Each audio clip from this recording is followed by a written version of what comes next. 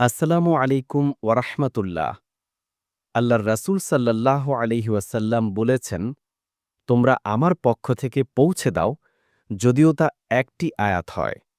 সহিহ বুখারী।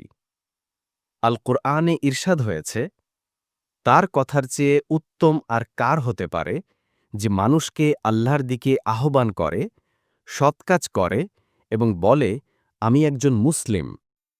সহিহ মুসলিমে এসেছে, যে ব্যক্তি কোনো ভালো কাজের দিকে মানুষকে আহ্বান করে, সে যেন নিজেই সেই কাজ করেছে এমন সওয়াব পাবে, তবে আমলকারীর সওয়াব একটুও কমবে না।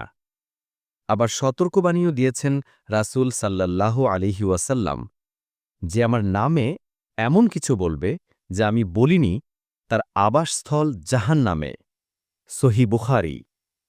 তাই আসুন, সহিহ কোরআন হাদিসের আলোকে জ্ঞান প্রচার করি। একটি শেয়ার এড়োতে পারে কারো হিদায়েতের দরজা। প্রতিটি সওয়াব ইনশাল্লাহ জমা হবে আমাদের আমলনামায়।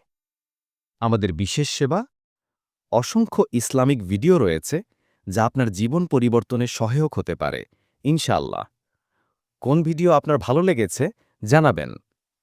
কোন দেশ থেকে দেখছেন সেটাও শেয়ার করতে পারেন।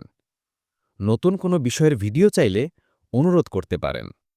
বিস্তারিত জানতে ভিজিট করুন www.muslimseba.com।